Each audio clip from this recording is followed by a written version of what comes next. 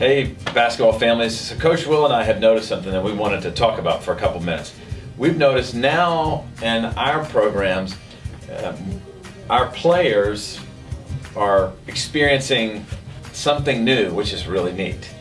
First thing we want them to experience is how to just get over performing and kind of get in the process of using each attempt and each environment to just get a little bit better. So a number have really bought that, and it's exciting to us to watch when we see a player kind of shake off an attempt that doesn't go well and just make another attempt and make another, like kind of pushing their emotions back and just focusing on getting that much better. That's exciting to us.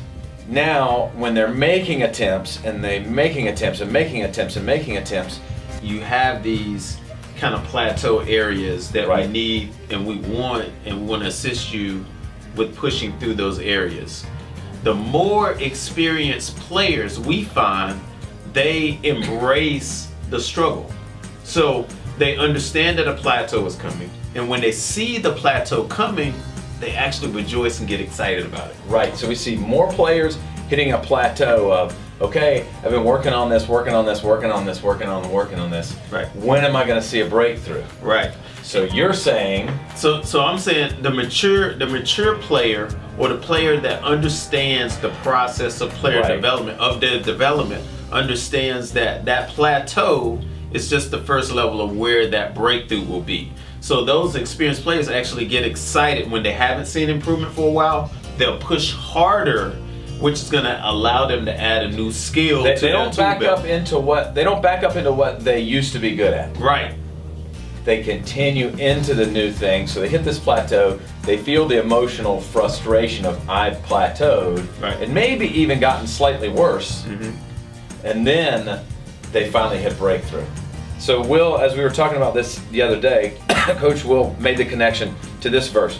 Jesus had a brother named James who wrote some of this stuff down, and so early in his letter, James says this: "Consider it pure joy, my brothers and sisters, whenever you face trials of many kinds, because you know that the testing of your faith produces perseverance. Let perseverance finish its work, so you may be mature and complete, not lacking anything." Now this is talking about us knowing God and how to live our lives. That refers to spiritual maturity. Right. But we're wanting players to embrace, how do I become a mature player? How do I approach something in a mature manner as far as schoolwork, as far as their daily life? One of the things that you and I want to be proponents of is that this is not just about basketball. No. This is about life. This is about spiritual life. This is about physical life, actually playing the game. It spreads throughout each facet of our lives. And so that pleases us to be able to make that connection. So in summary, we've seen it begin to happen where we have more players who've gotten used to making attempts instead of just ranking themselves when they walk in the gym. I'm good, I'm not good. And then when you do that, the next thing that comes after you put in a number of attempts is a plateau. Right.